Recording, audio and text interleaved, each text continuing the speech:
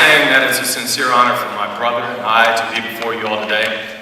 We're here with close family members and friends, being a part of this Hall of Fame enshrinement. We realize now more than ever how important our father was, not only to us, but to many more of the individuals in a society of its own.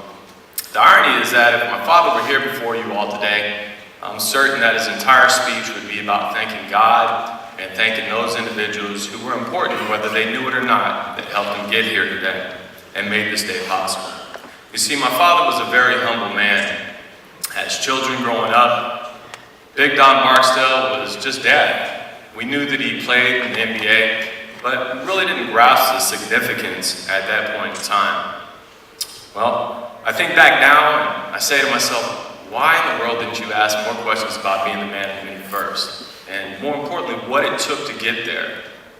And I'm sure that if my dad was asked that question, he'd tell me exactly what he told me on all the other times I talked about asking about overcoming adversity. And that is, son, if you have a passion behind something, there's nothing that can stand in your way.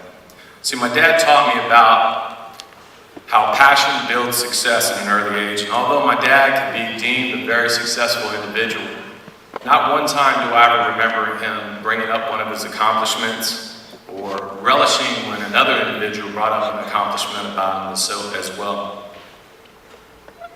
I don't intend on doing so tonight, but I do, however, want to thank God for not only blessing him with the physical abilities, but also thanking him for those experiences that he had throughout his life that brought that mental toughness and humbleness to him.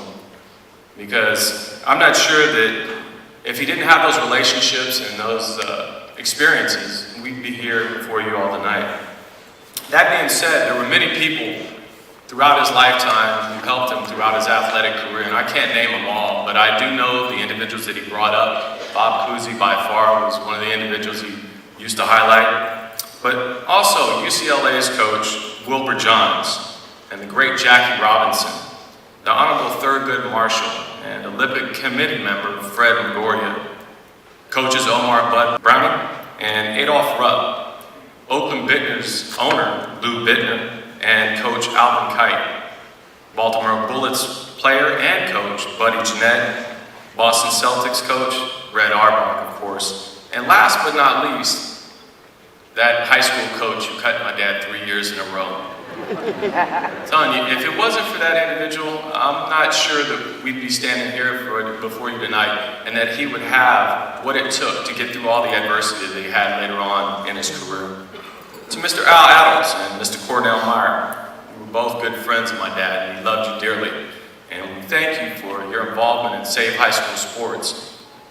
As for the other organizations, I'd like to thank the National Basketball Association, the Naismith Memorial Basketball Hall of Fame, and the early African American pioneers of the Game Committee for ensuring that an appropriate process and careful consideration was paid to those individuals and players and contributors who paved the way and are not overlooked and forgotten.